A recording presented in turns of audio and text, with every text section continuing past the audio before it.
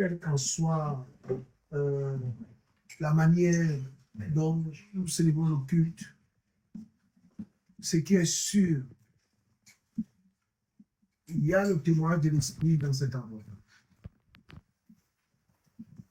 Je vous le dis, de la part du Seigneur, parce que, comme le frère a dit, je connais le moment où je vais me mettre un peu en retrait. Et c'est dans ce temps-là que nous allons parler. Et comme vous voyez cette assemblée, en nombre, petite comme elle est, nous allons la voir aussi comme ça. Mais il a son œil ici, ses yeux sont ici. Il voit. J'ai partagé un songe à mon frère Samuel. On a parlé et le Seigneur est bon. Alléluia. Donc, ce matin,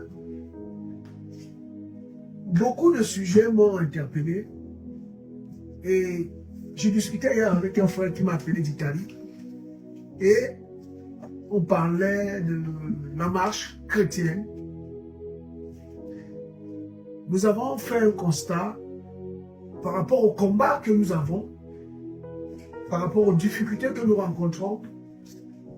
Et le constat est parti du fait que même dans notre sommeil, même quand nous dormions, certains ont des attaques de femmes ou de maris de nuit. Ceci est le résultat ou la résultante, 1, de nos pensées dans la journée, 2, de notre état, ce que nous avons fait dans la journée, 3, de ce que nous avons vu dans la journée, 4, de ce que nous avons parlé, 5, de là où on était, et 6, le cœur que nous avons. Le cœur que nous avons. Et si nous soyons attentifs et de ce que le Seigneur va nous communiquer ce matin, c'est très très important pour moi premièrement et pour nous tous. Et nous allons comprendre que en réalité, notre caractère est un facteur qui détermine nos combats. Alléluia. Comprenons bien. Je dis, notre caractère est un facteur déterminant pour nos combats. C'est-à-dire, avec ton caractère, avec ta nature, l'ennemi sait si ce terrain est favorable ou pas. Alléluia. Écoutons très bien parce que par la grâce du Seigneur, il me permet de comprendre certaines choses et on va essayer de creuser dans les Écritures et je pense qu'avec l'aide du Saint-Esprit, chacun de nous sera convaincu de la véracité de la parole, de ce que la parole dit. Amen. Et la Bible dit, nous sommes dans le livre de Proverbes. Donc, Proverbes, nous sommes au chapitre 4. Proverbes, chapitre 4. Proverbes, chapitre 4. Nous sommes au verset 23. Regardez ce que la Bible dit. La Bible dit, garde ton cœur plus que tout de ce que l'on garde, car de lui procèdent les sources de la vie. Alléluia. Amen. Nous allons prier. Père très saint, merci pour ta parole. La Bible déclare, Seigneur, que la révélation de ta parole est claire et elle donne l'intelligence au simple. Père, prends le contrôle de ce moment afin que ce que nous allons partager puisse nous nourrir, nous amener à prendre conscience et à prendre garde, parce que nous ne puissions pas être un terrain favorable pour l'ennemi. Nous voulons, Seigneur, être tes imitateurs, comme Paul pouvait le dire à l'église, et dire aussi à son disciple Timothée, Père, nous voulons te connaître, nous voulons que tu nous gardes, nous voulons que tu nous guides. Garde-nous, Seigneur, précieusement auprès de toi. Père, nous nous soumettons à toi et nous prenons autorité dans ce lieu, Père, parce que ni le sommeil ni la fatigue, Papa, ne puissent venir nous déranger afin que nous puissions être attentifs à ta parole. Louange et gloire à ton Saint-Nom, au nom de Yeshua HaMashiach, Jésus-Christ de Nazareth. Amen. La Bible dit, frère, que de garder notre cœur plus que tout ce que l'on garde. C'est-à-dire que notre cœur est le centre des convoitises. C'est-à-dire que quand on garde quelque chose, ça veut dire que cette chose-là peut intéresser une autre personne. Alléluia. Et si tu gardes ta chose pour qu'une autre personne ne la prenne, ça veut dire que celui qui veut venir la prendre, c'est un voleur. Amen. Parce que celui qui se lie volontairement à une prostituée, Paul dit que les deux sont quoi? Une même chair. Alléluia. Mais si tu gardes ton cœur, tu gardes ton corps, et que la prostituée vient te séduire, et que tu la fuis, ça veut dire que cette prostituée veut voler de ce qui est précieux en toi. Tu ne te livres pas, mais il veut voler. Et regardez bien aimé, la Bible dit quelque chose de très pertinent. Nous sommes dans le livre de la Genèse. Et là, nous allons lire au chapitre 2. Nous prenons à partir du verset 19, c'est ça qui nous intéresse. La Bible dit, Yahweh Elohim forma du sol tout vivant des champs et tous les oiseaux des cieux, puis il les fit venir vers l'être humain pour voir comment il les appellerait, afin que toute âme vivante porte le nom que l'être humain l'appellerait. Alléluia. Donc ça veut dire que lorsque le Seigneur va créer des animaux, il a donné à l'homme, Adam, le rôle, le devoir, la tâche, la fonction de donner les noms aux animaux. Il a donné le lion, le crocodile, le pigeon. Il a regardé au perroquet et dit que toi tu prends beaucoup. Perroquet, pac, pac, pac, pac. Il a donné le perroquet. Mais parmi ces animaux-là, il y en a un qui a donné le nom du serpent. Alléluia. Écoutons bien la parole, le Seigneur veut nous amener quelque part. Qu'est-ce qui a poussé Adam à donner le nom du serpent, le snake, à cet animal? Je vous prie, bien aimé, que le Seigneur puisse nous éclairer, afin que nous qui portons le nom de chrétiens, le Seigneur dit dans le livre de Romains, il dit dans le livre de Romains chapitre 2, il dit mon nom est blasphémé dans le monde entier. À cause de qui? À cause de nous, ses enfants. C'est ce qu'il dit. Alors, Adam va donner les noms. Il va donner le lion. Il va donner l'hippopotame. Il va donner l'éléphant.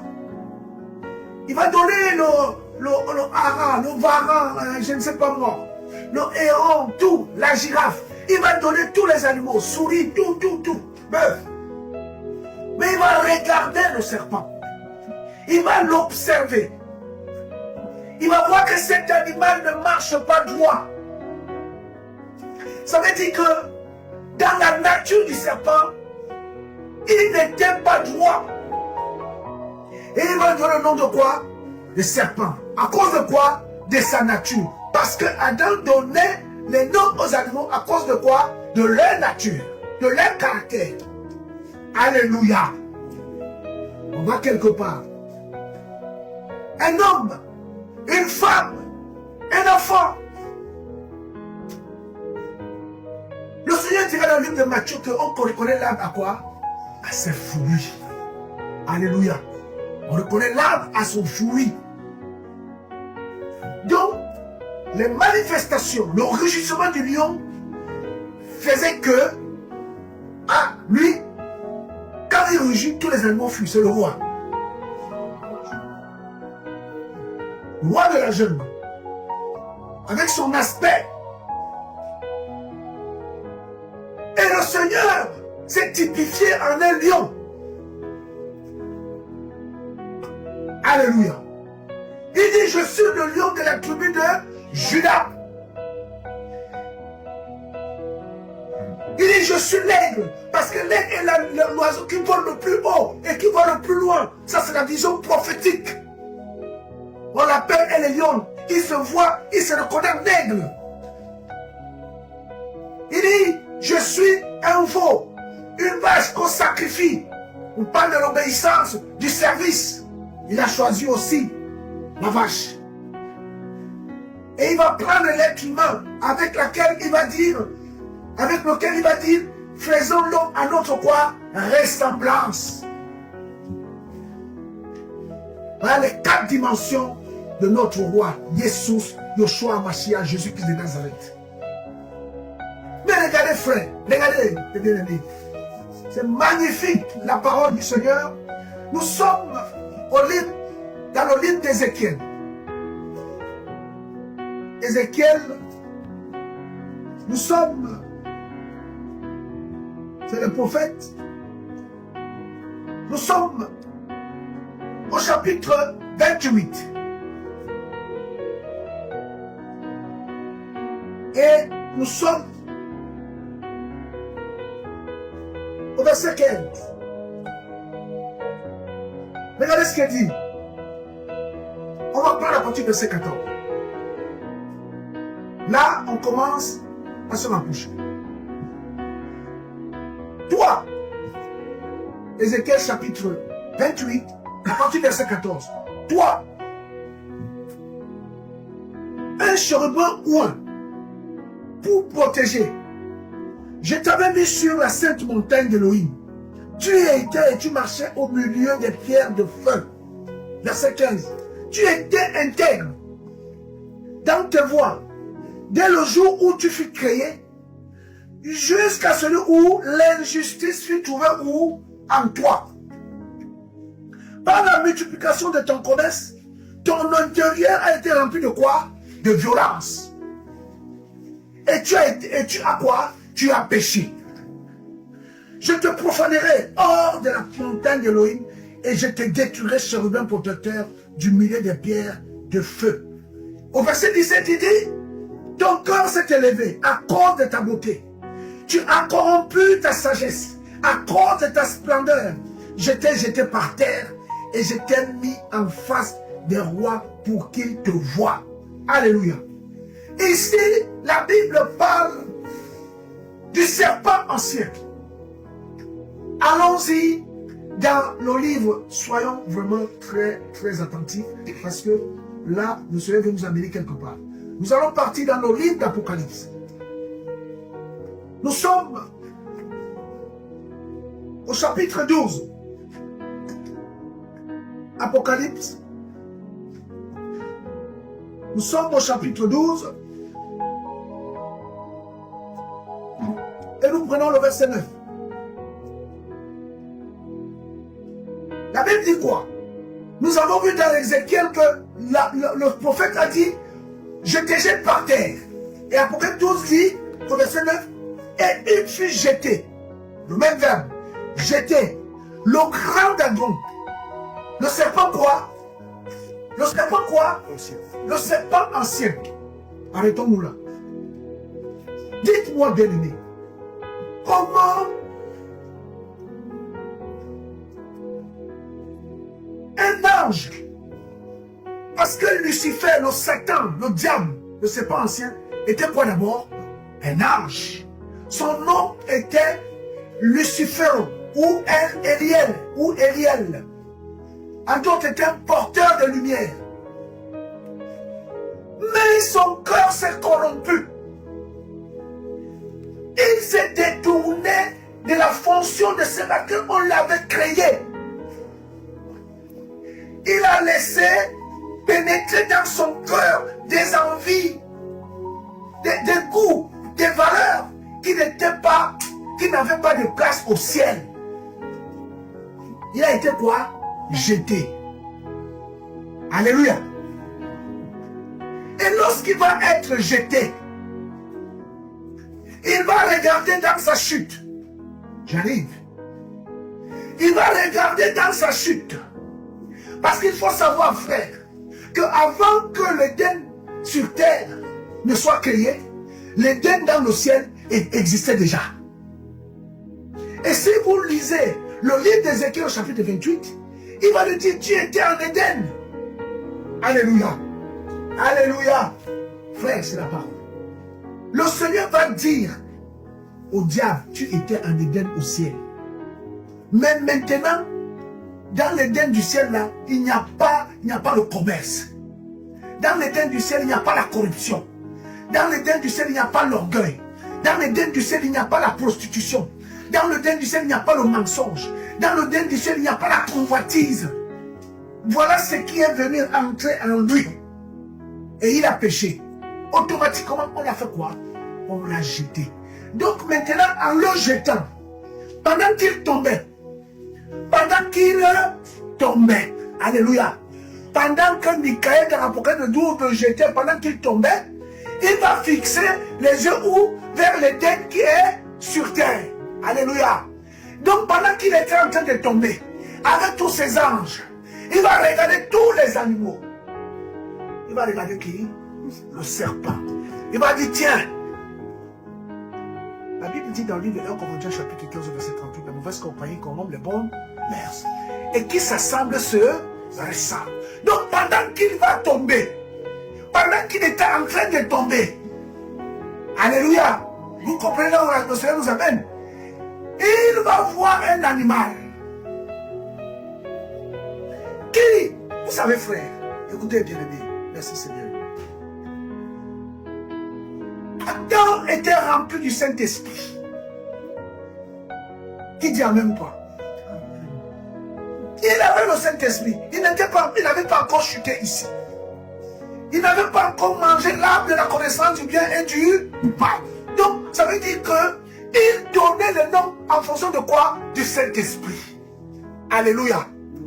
Donc, le même esprit qui a donné le nom du serpent ancien au diable au ciel, c'est le même esprit qui va donner le nom à cet animal qu'on appelle comment aujourd'hui? Serpent.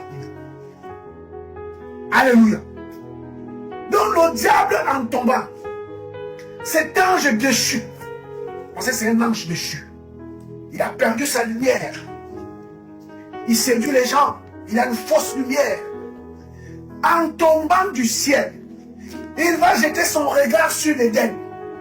Il va voir Adam, il ne pouvait pas entrer en Adam. Alléluia. Il y avait la gloire du Seigneur sur lui, il ne pouvait pas. Quand il va regarder le lion, il va dire l'animal là, le Seigneur lui-même s'est typifié en lui. Je ne peux pas toucher. Il va en tombant croiser l'aigle, parce que l'aigle est l'oiseau qui vole le plus haut. Il va le croiser, il va dévier. Parce que le Seigneur s'appelle aussi quoi? L'aigle. Alléluia. Donc il va continuer à chuter. Il va descendre. Et dans son regard, il va croiser qui? Le serpent. Il dit, mais tiens, ça c'est mon copain. Il va entrer en lui. Alléluia. À cause de quoi? Le caractère du serpent. À cause de sa nature. Alléluia. Oui, frère. C'est la parole.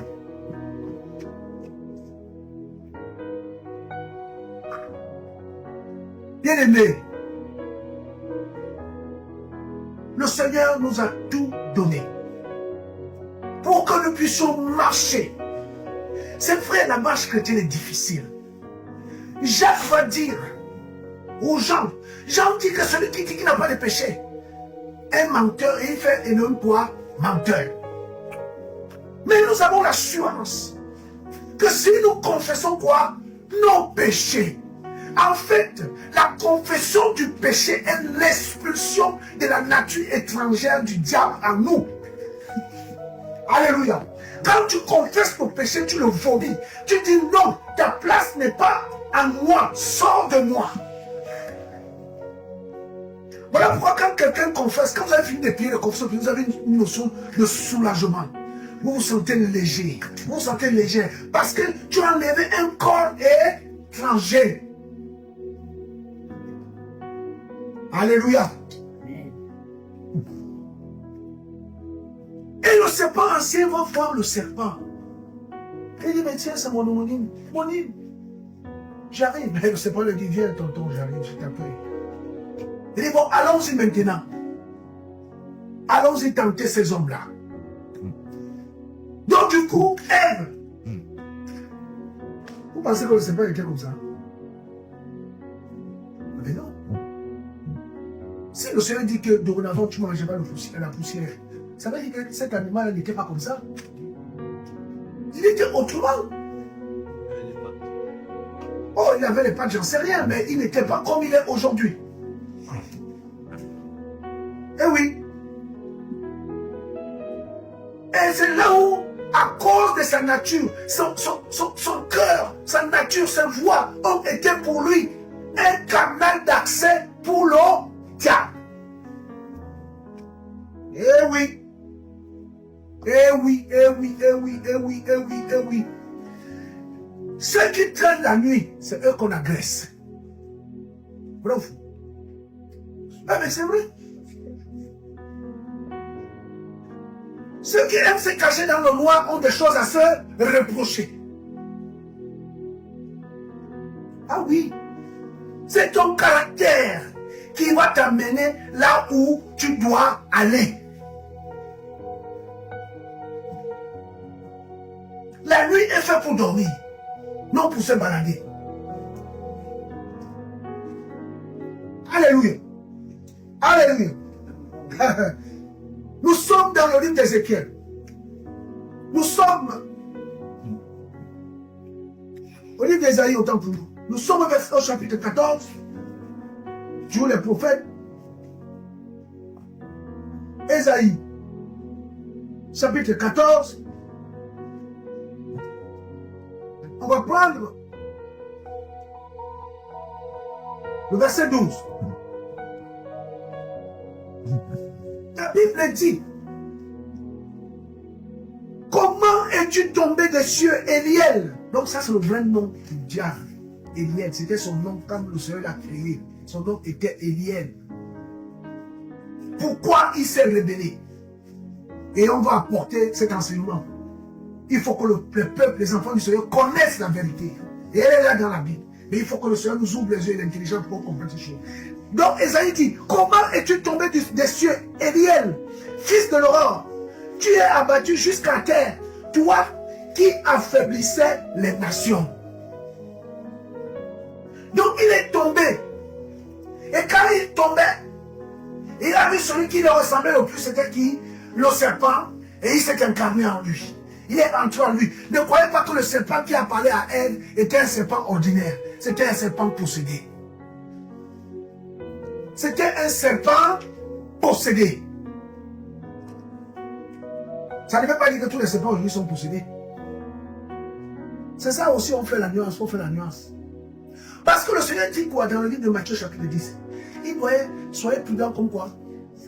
Les serpents. Donc le Seigneur fait la distinction entre le serpent de l'Éden, le serpent ancien, qui était dans ce serpent-là. C'est comme les musulmans qui disent qu'ils ne mangent pas le porc, parce qu'un seul troupeau de porc a été quoi? Possédé. Et qui a été précipité où? Dans la falaise. Même dans l'arbre de Noé, le Seigneur a mis aussi les serpents. Les serpents, exactement. Dans l'arbre de Noé, il y avait mâle et femelle.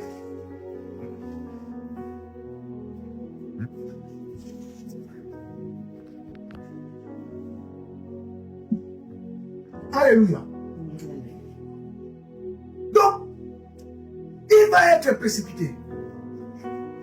Et là, pourquoi tout ça? Mais le Seigneur nous interpelle, nous, ses enfants, à ne pas avoir les mêmes désirs. Regardez ce que dit la parole dans le livre de Jacques. Nous sommes dans le testament de Yehoshua. Jacques, d'accord? Nous sommes au chapitre 1. Nous sommes à partir du verset 14. La Bible dit, on va apprendre à partir du verset 13. Que personne, lorsqu'il est tenté, ne dise, c'est de la part d'Élohim que je suis tenté, car Dieu ou Élohim ne peut être tenté par le mal et lui-même ne tente personne. Mais, il dit, chacun est tenté quand il est attiré et attrapé avec quoi? Un appât. Appâté. C'est la séduction. La séduction. La séduction. Est-ce que le serpent dans l'Éden voulait-il séduire la femme? Et il ne trouve pas de moyen.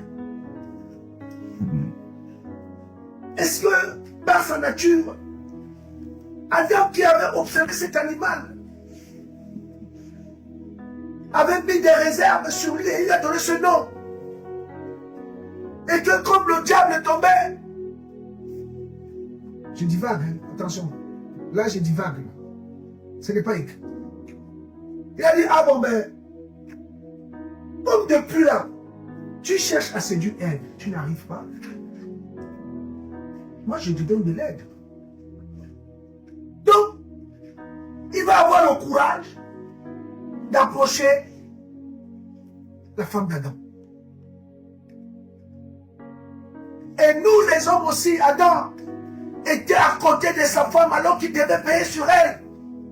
Il a laissé le serpent approcher sa femme, la piquer, le piquer.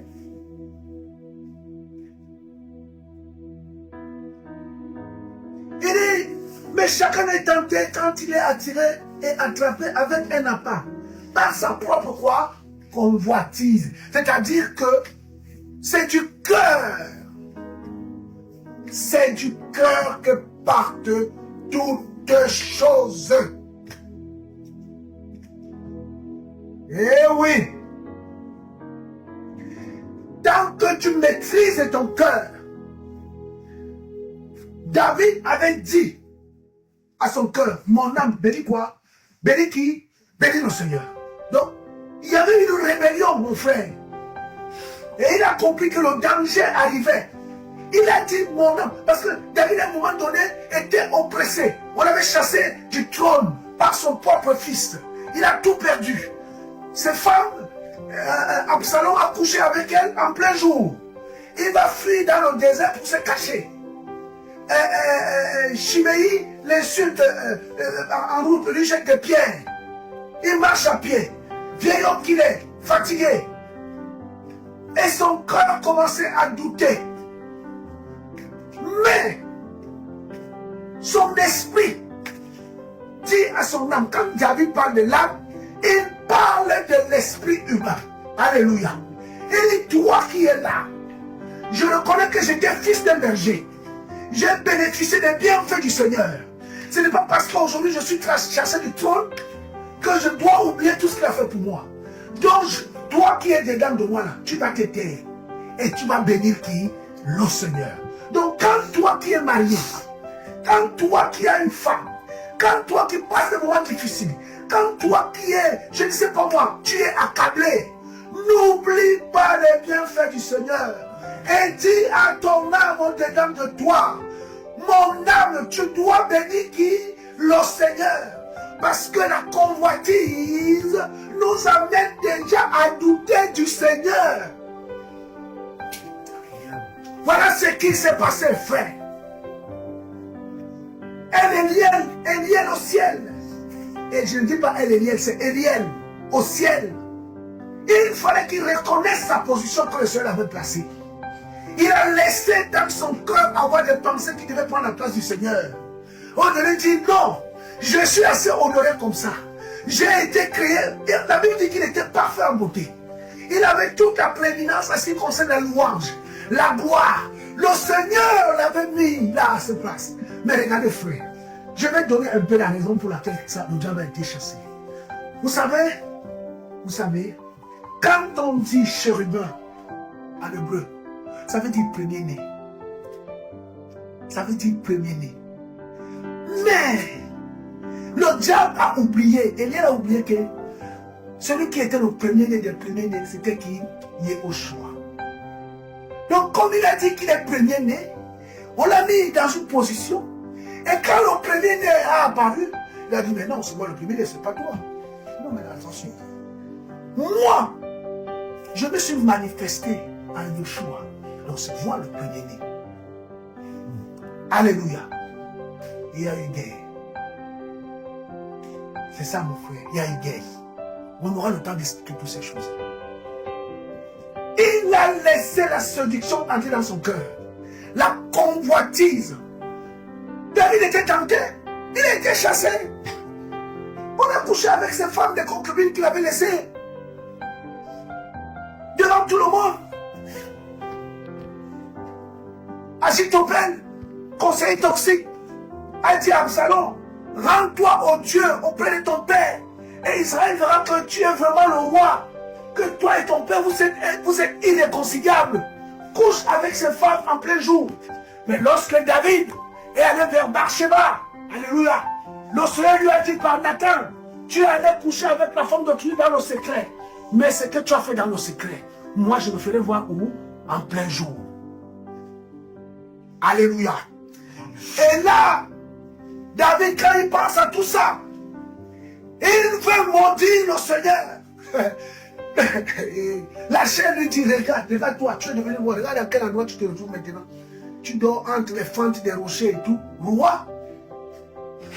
Non. David dit, dans la tête, il y a la guerre, mes frères. Dans notre tête, il y a la guerre, dans la tête là. Il y a des voix qui te parlent dans ta tête. Il y a même des gens qui se suicident. Oh non, voilà les médicaments, tu vas mourir, tu vas te reposer. Mensonge. Ne crois pas que tu es la seule personne. Nous tous, nous passons par là. Oh non, tu n'y arriveras jamais. L'autre dit, non, vas-y, persévère. Il y a la guerre dans la tête. Il y a un frère qui a écrit un livre, La guerre dans la tête. Et là, David était face à cette guerre. David était face à l'échec. David était face à l'humiliation. David était face à l'hostilité même de ses propres enfants. David était face à l'hostilité de sa propre armée. Frère. Et là, il dit, mon âme, tais-toi. Maintenant, je t'ai assez écouté. Tu vas bénir le Seigneur. Et là, David va se mettre à genoux. Et quand il se met à genoux comme ça, il commence à prier. La Bible dit quoi? Résistez au diable et il fuira loin de vous. Et un verset dira quoi? Résistez-le avec une foi quoi? Ferme. La fermeté. Je vais vous parler un peu de mon témoignage. Écoutez frère. Regardez comment le Seigneur m'a rendu aujourd'hui. Je suis allé au Cameroun. Lorsque mes problèmes ont commencé, un bon matin, mon téléphone sonne.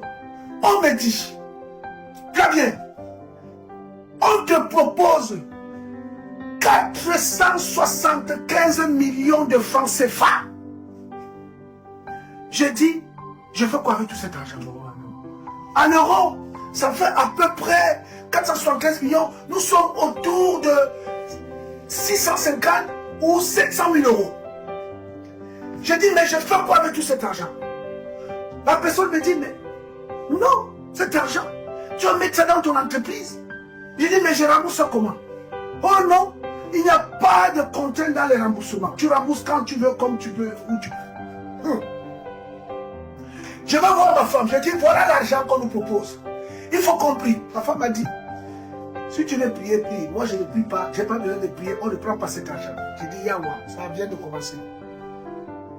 Frère, lorsque j'ai refusé cet argent, lorsque j'ai pris le téléphone, j'ai dit à la personne, moi, l'argent là, ça ne m'intéresse pas. Même pas une semaine plus tard, mon entreprise a brûlé. Et c'est le début du combat. L'entreprise a brûlé. On m'appelle encore. Oh non, on te propose 8 millions d'euros par des gens qui sont à la bourse. Et dans les 8 millions d'euros, tu vas leur donner 6 millions, tu vas payer la TVA 1,4 million et toi-même, tu vas rester avec les 1,6 million et tu fermes l'entreprise. J'ai dit non. Ma femme me dit, comment on peut licencier les employés? Et ils vont aller au chômage et nous on va rester avec l'argent. Est-ce qu'on a besoin de tel argent? On n'a jamais demandé au Seigneur tel argent. J'ai dit à ce monsieur, je n'en veux pas. Les clients ont commencé à partir. Tout était en train de sécher. On m'appelle encore. On me dit non. Il y a un moyen ici pour gagner de l'argent. Il suffit seulement d'avoir un numéro sirène. Et puis, on va te faire une facture et on va t'enregistrer dans un terminal de paiement. Nous, on t'envoie une fausse facture. Tu nous envoies une fausse facture. On t'envoie de l'argent dans ton compte. Mais sauf que quand on t'envoie l'argent dans ton compte, on va te faire une autre facture pour que toi, tu nous payes, mais pas tout. Ouais. J'ai dit, mais comment ça se fait? Ben oui. Il m'a dit, mais non, ne t'inquiète pas. Tout est propre. Il n'y a pas de problème. Il m'a dit, non, remplis. J'ai commencé à remplir le formulaire sur Internet. Arrivé au niveau de la fracade d'antenne nationale, j'ai été bloqué net. Ma femme n'était pas là. J'ai appelé un frère. J'ai dit, frère, écoute l'affaire-ci. Voilà. Il me dit, tu as fait ça? J'ai dit, non, je n'arrive pas. Il me dit, tu as bien fait. Ça, j'étais ici en France. Depuis au Cameroun, il y a Internet, non? Et c'est quoi? Il y a Internet partout. Il y a Internet partout. Avec le VPN, tu peux être au Cameroun, non quoi que tu es en France. On ne sait pas là où tu es. Et le gars me dit, mais valide. Il me met la pression. Mais il ne manquait plus que la photo. Mais vas-y, valide. La guerre ou dans la tête. Il me dit, là où tu es là, si tu valides là maintenant, on était en appel vidéo. Il me dit, là où tu es là, tu valides maintenant, va au terminal, tout de suite dans ton compte là. Tu as déjà 5 000 euros pour voir si ça marche. Ah! Famille. Je lui ai dit, je suis un enfant du Seigneur. Je ne peux pas faire ça. Ah, il me dit, ah bon, moi je sais que tu as des problèmes d'argent, moi je vais seulement t'aider. J'ai dit non, j'ai des problèmes d'argent. Mais l'argent là, c'est pas l'argent là que je veux. La Bible me dit que tu mangeras ton pain la sueur de ton fou. Mais cet argent là, que je suis derrière un téléphone, on me donne 5 000 euros. Après, il m'a dit 5 000, après 15, après 45, après 50, après 150, après 300, 400. Il dit non, l'argent là. Il me dit, mais tu n'auras plus de problème de trésorerie et tout dans ta société. Tout va aller bien, tu vas voir. Je dis non. On arrête là.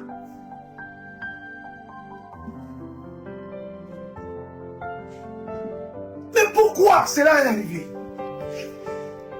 Parce que j'ai rencontré un jour cet homme. La Bible dit, frère, qu'il n'est pas normal qu'un prophète meure en dehors de Jérusalem. Un enfant du Seigneur ne peut pas se retrouver dans la compagnie des brigands. Alléluia. Oui, frère, ça va te donner des alliances qui ne sont pas bonnes. Et ça va te détourner de la voie du Seigneur. Alléluia. Oh frère. Oui. Dis-moi qui tu fais quand je te dirai qui tu es.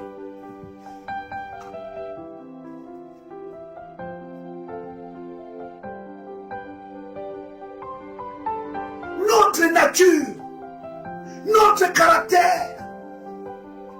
Oh, moi j'aime bien me balader, aller dans une terrasse voilà, il n'y a pas du mal à aller boire un coup dans un bar. Frère, jusqu'au jour où le diable va dépêcher une sirène ou un triton. Sirène mal, hein, c'est triton. Il va venir. Il va venir vers toi. Il va effacer toute ta Bible qui est dans ta tête. Il a été préparé et conçu pour ce jour. Regardez frère. Pourquoi David était-il tombé de Beersheba? Vous ne trouvez pas qu'il y a des coïncidences bizarres? Beersheba et une femme du riz ont toujours habité à côté du roi. Alléluia. Elle s'est toujours lavée comme elle s'est lavée d'habitude. Mais David n'avait jamais vu. Alléluia.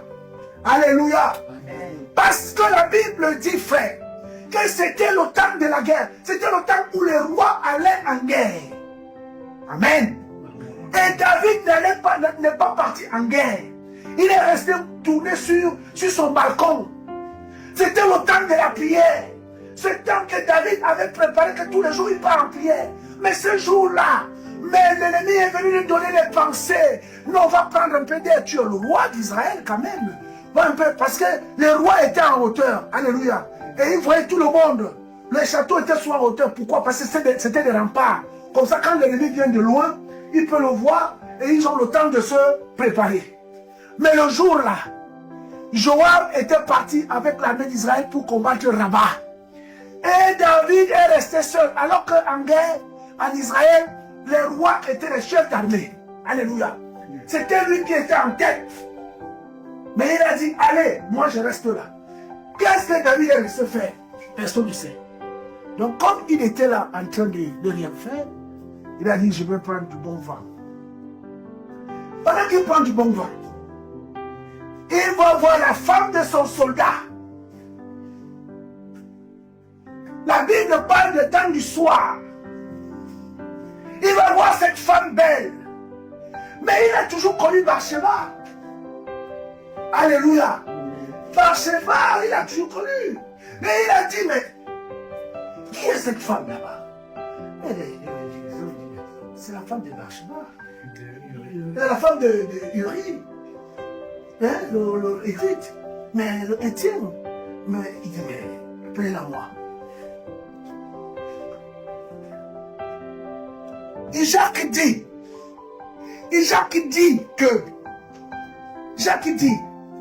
mais chacun est tenté quand il est attiré, attrapé avec quoi?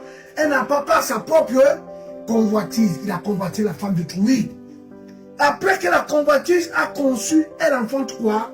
Le péché. C'est-à-dire que la conception de la convoitise passe par le matériellement. C'est-à-dire la mise en pratique de ce que tu as conçu, de ce que tu as médité dans ton cœur.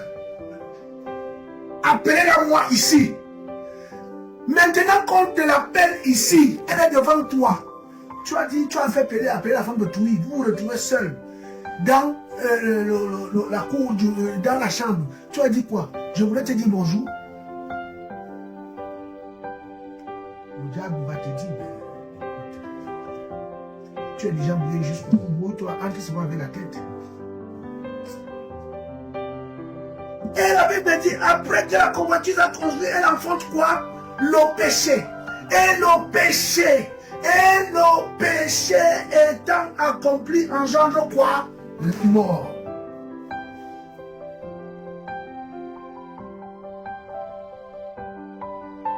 Notre caractère, mes bien-aimés, notre caractère doit être un caractère céleste. Regardez ce que le Seigneur dit dans le livre de Jean. Nous sommes dans le livre de Jean, au chapitre 14, autant pour moi. Jean, chapitre 14. Nous sommes à partir du verset 29, mais c'est le verset 30 qui nous intéresse. On va lire jusqu'à la fin. Qu'est-ce que dit la Bible? Et maintenant, Jean 14, 29 jusqu'à 31. Et maintenant, je vous l'ai dit avant que cela soit arrivé, afin que quand il sera arrivé, vous croyez. Et au verset 30, le Seigneur dit quoi? je ne parlerai plus beaucoup avec vous, car le chef de ce monde vient. Et il a quoi? Et il n'a rien en moi. Mais afin que le monde sache que j'aime le Père et que je fais ce que le Père m'a commandé, réveillez-vous, partons d'ici. Le Seigneur dit, le chef de ce monde vient. De la même manière, frère, écoutez. Merci Seigneur. Lorsque le Seigneur a été baptisé, la Bible dit qu'il a été conduit où? Dans le désert. Et il a été tenté par qui? Par le diable. Mais le diable n'a pas réussi. Pourquoi? La réponse est au verset 30. Le chef de ce monde vient, mais il n'a rien en moi. C'est-à-dire que quand tu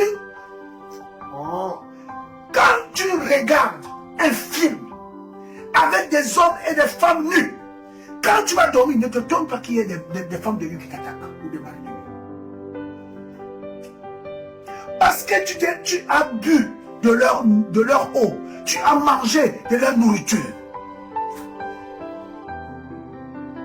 Alléluia. Mais si tu es sanctifié, dites-moi comment un mari de nuit, une femme de nuit peut venir t'attaquer. Jésus dit, le prince de ce monde vient, mais il n'a rien en moi. Parce que le diable, moi je connais les huissiers. Parce que l'entreprise a des problèmes, et je vois les huissiers qui défilent. Les lettres recommandées. Mais oui, parce que j'ai des dettes. Alléluia. Si tu n'as pas de dettes, l'huissier ne viendra jamais chez toi. Amen. Ainsi donc, si tu marches de manière prudente, si tu marches de manière droite, l'ennemi, on dit, le diable rôde comme quoi? Un lion, rougeant, cherchant qui va faire quoi? Il va dévorer, il rôde. Mais pourquoi il rôde? Parce qu'il ne trouve pas quoi? De faille. Il ne trouve pas d'accès. Est-ce que c'est la colère? Est-ce que c'est le mensonge? Est-ce que c'est l'orgueil? Est-ce que c'est la duplicité? Est-ce que c'est l'adultère? Est-ce que c'est la convoitise? Est-ce que c'est la séduction? Ou est-ce que tu as ouvert une brèche? Alléluia. Le serpent ne marchait pas droit. Ainsi donc, le diable ayant été chassé du ciel, il lui fallait un corps. Alléluia. Parce qu'au ciel, ce sont des esprits. Alléluia. Quand on dit que Yoshua est assis à la droite du Père, il est là-bas en tant que qui? Esprit. Alléluia. Oui, frère. Parce qu'au ciel, on ne mange pas, on ne boit pas comme nous. C'est le corps là qui a besoin d'être nourri de nourriture et d'eau. Mais l'esprit a besoin de quoi? De la parole. La Bible dit que le Seigneur se nourrit. On dit que les prières sont quoi? Un parfum quoi? Odorifiant pour qui? Pour le Seigneur. Remarquez que tous les sacrifices qui ont été donnés dans la loi, on mettait le sacrifice où? Au feu. Et c'est la fumée que le Seigneur faisait quoi? Respirer. Alléluia. Donc, quand il a été chassé, il descendait, il a vu qu'il me faut un corps. Mais je ne peux pas toucher le lion. Je ne peux pas toucher l'éléphant. L'éléphant, lui, passe son temps à casser les branches à manger. Non, lui tout ce qui le paraît, ça ne l'intéresse pas. L'hippopotame, il passe son temps dans l'eau là-bas. Non, ça ne m'intéresse pas. Les poissons sont là-bas et tout. Il a regardé. Il a dit, ah, j'ai mon homonyme là-bas. Il est descendu et il est entré. Et depuis que Adam et Ève passaient devant l'arbre de la connaissance du bien et du mal, ils n'avaient jamais eu de problème. Et jusqu'au jour où le serpent, ayant été rempli d'un esprit impur, à cause de sa nature, voilà pourquoi le Seigneur l'a puni. Parce qu'il était fautif. Vous pensez que le Seigneur l'a puni injustement? Parce qu'il voyait qu'il n'était pas droit dans ses voies. Il ne le voit pas. Mais parce qu'il a été utilisé, il a été complice. Et pourquoi il a été complice? Parce que cela l'arrangeait bien. Alléluia. Regardez, je vais vous donner une anecdote au Cameroun. Hein. C'est un frère qui m'a dit. Il y a des gens qui font les vidéos gags, n'est-ce pas? Vidéo gag, c'est-à-dire, quelqu'un a un film, et toi tu ne sais pas, mais... Voilà. Donc, le gars, il dit, oui, alors, il prend une moto, il a pris 12 motos. Les 12 motomènes ont eu le même comportement. Il y a un gars qui a voulu se tuer. Alors oui, il fait comme s'il téléphonait. J'ai le sac de 12 millions ici. Les 12 millions sont là. Donc, il fait comme s'il est... Il est un peu désorienté là. Bon, oui, attends un peu. Attends. Il te pose le sac sur la moto. Attends un peu. Le motomètre, il part. Il n'a plus le sac. Premier, deuxième. Alors oui, j'ai les 12 millions aussi. Bon, attends un peu. Il dépose le sac. Il part. Le 12e, il a même laissé la moto. Il n'a plus le sac. Après, il a plus le sac. Donc, comme il pourrait, dans sa course, il est tombé devant un étang. Il ne sait pas nager. Il est tombé avec le sac dans l'étang. On dit, oh! Il commençait à se noyer. Oh, venez me sauver. On dit, mais toi, tu vas où? Mais vous aussi, pourquoi vous pouvez nous tenter comme ça? Pourquoi vous pouvez nous faire ça? On dit, il n'y a pas la l'air, c'est les papiers blancs. Mais oui, mais bon. Donc le monsieur lui dit, mais attends, tu as volé mon sac quand même. Il dit, mais non, toi aussi, comment tu peux le tenter comme ça? Comment tu peux le mettre à l'épreuve comme ça là? Tu vois qu'on trouve 12 millions comme ça au Cameroun. Vous voyez? Donc, ces gens travaillent, mais dans leur cœur, s'il y a moyen de voler, ils vont voler. Ils n'ont plus d'intégrité. Mais on lui dit, mais tu as même laissé la moto. Il dit, mais avec 12 millions, je peux acheter 10 motos. Ouais. Donc, sur 12 motos taxis, aucun n'a été trouvé intègre. Mais quand on le voit conduire, on voit qu'ils sont gentils. Mais dans leur cœur, ils t'envient. Et ils sont prêts à te faire du mal pour prendre ce que tu as. Alléluia. Bien-aimés, tenons ferme. Gardons une foi saine.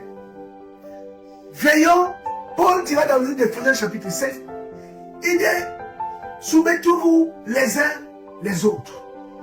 Veillons les uns pour les autres. Alléluia. Ainsi, le chemin vers le ciel est difficile. Ce n'est pas facile. Si tu vois ton frère qui marche dans le désordre, interpelle. Parce que on a besoin des uns des autres pour être sauvés. Le monde n'a pas perdu l'espérance du salut, frère. Ceux qui parlent, en Afrique maintenant, c'est qu'on va, on retourne faire le culte de nos ancêtres. Mais je les regarde, je dis, mais vous allez chercher le culte de vos ancêtres. Donc la vie pour vous, c'est la réussite matérielle dans ce monde. Vos ancêtres, ils sont morts, ils sont où? Où on va les retrouver? Ils sont où? On va les retrouver, tu vas les retrouver où? On vous parle de Jésus-Christ. On vous parle du ciel. Oh non, la Bible, c'est le livre des Blancs. Je dis, mais qui a dit cela? Qui a dit c'est écrit où?